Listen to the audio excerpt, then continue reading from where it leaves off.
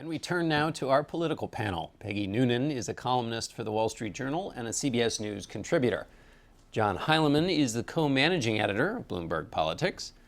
Gwen Ifill is the co-anchor of the Newshour on PBS, as well as the moderator and managing editor of Washington Week. And Peter Baker is the White House correspondent for the New York Times. Welcome to all of you. We've got a lot of numbers here. Let's start with the Democratic race. John, let me start with you. Hillary Clinton is behind. Bernie Sanders is ahead. Martin O'Malley doesn't really show up in the polls. He's at 5% in Iowa, but in New Hampshire and South Carolina, in our poll, he's not showing up. What is the situation for Hillary Clinton right now? The situation is not great for Hillary Clinton right now. It's not just that. I mean, the numbers in your poll are now take us another step, the same trajectory, which is she has been losing altitude consistently now for the last 6 months in the two first states in the nomination contest.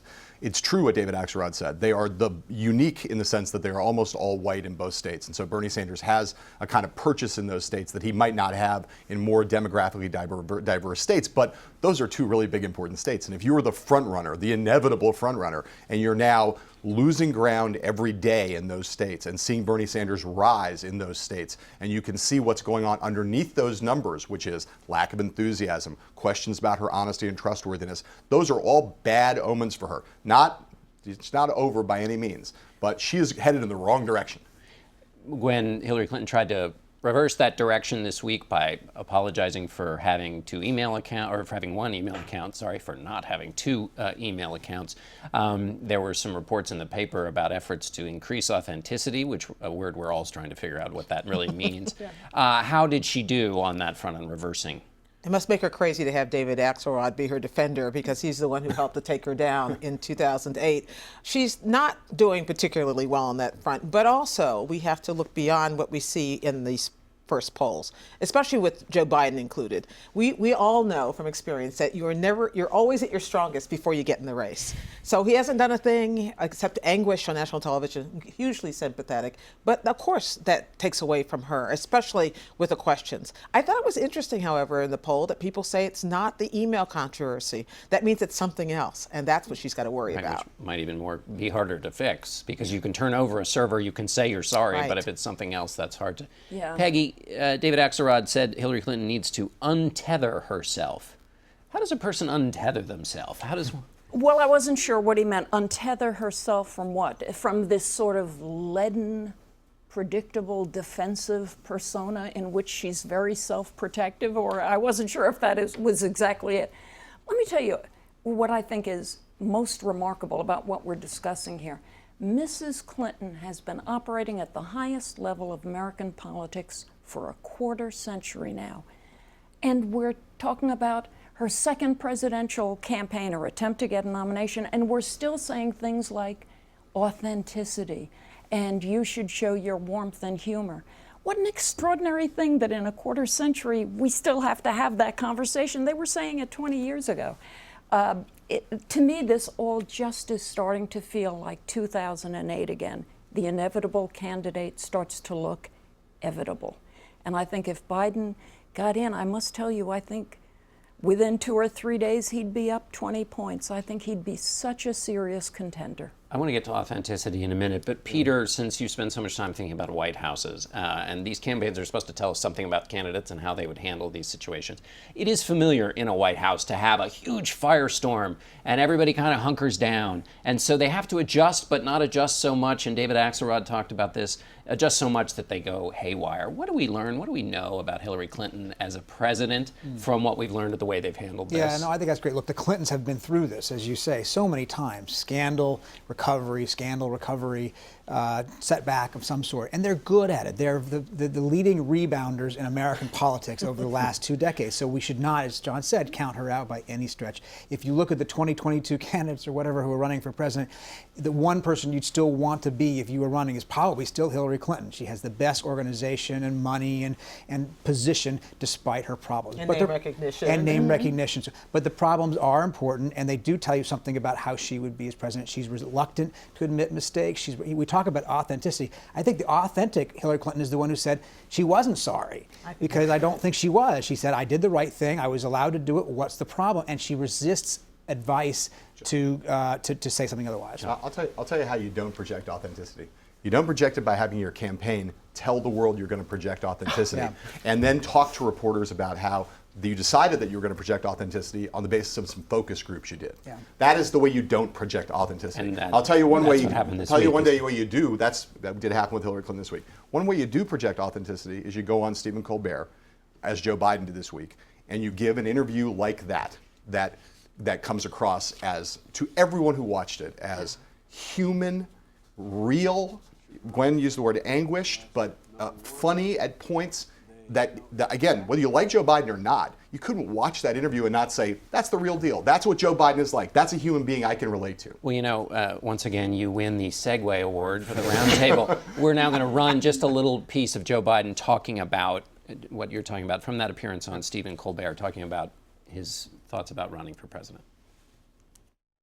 I don't think any man or woman should run for president unless, number one, they know exactly why they would want to be president, and two, they can look at the folks out there and say, I promise you, you have my whole heart, my whole soul, my energy, and my passion to do this. And I'd be lying if I said that I knew I was there. So I hear a man saying, I don't know that I can trust myself to do this, that I might just run into someone who mentions my son's name and I'll burst into tears on the campaign trail. I don't know. The one thing that struck me as being completely true about what he says is anyone you've ever covered who runs for president is 110% in it, believes themselves to be more possible, it's more possible for them than anybody else you've ever seen. He didn't have 50% of that, at least not yet. And I don't know how he gets it between now and when he needs to be serious. It's odd that it strikes me as a little bit odd that he continually talks about his struggle to get there and the reasons behind his struggle. It's well established, it's done. I have a feeling he should stop talking like that if there's any possibility that he's going to get in this thing, because Americans...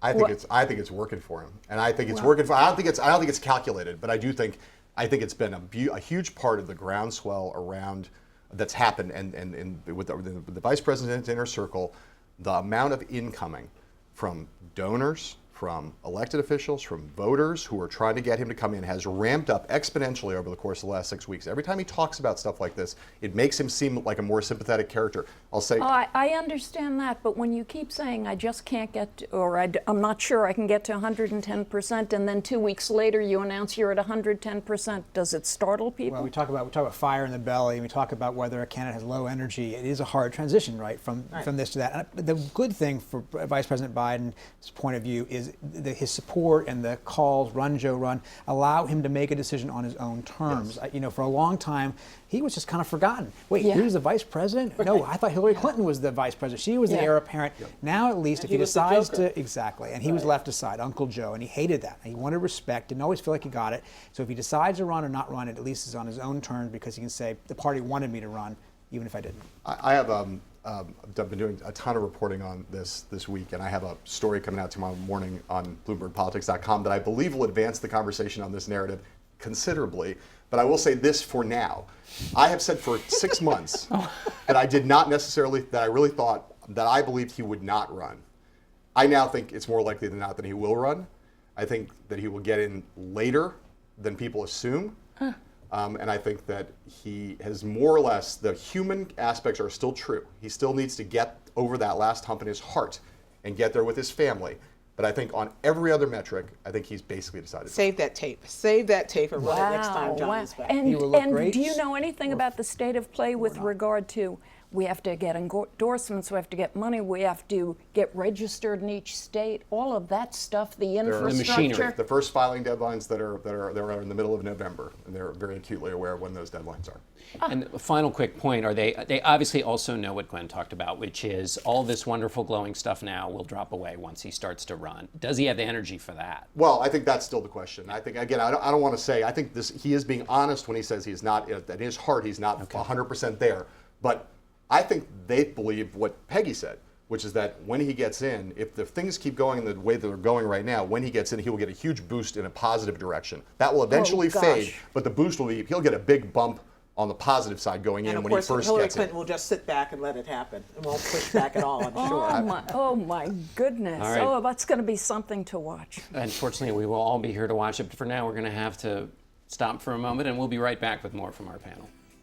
And we're back with more of our panel, which includes John Heilemann. I have not been that teased since the prom in 10th grade. John Heilemann. Peggy Noonan, let's switch to the Republicans. Donald Trump is on top. He's saying Ben Carson too nice. Ben Carson, nice guy, is number 2. What do you make of this?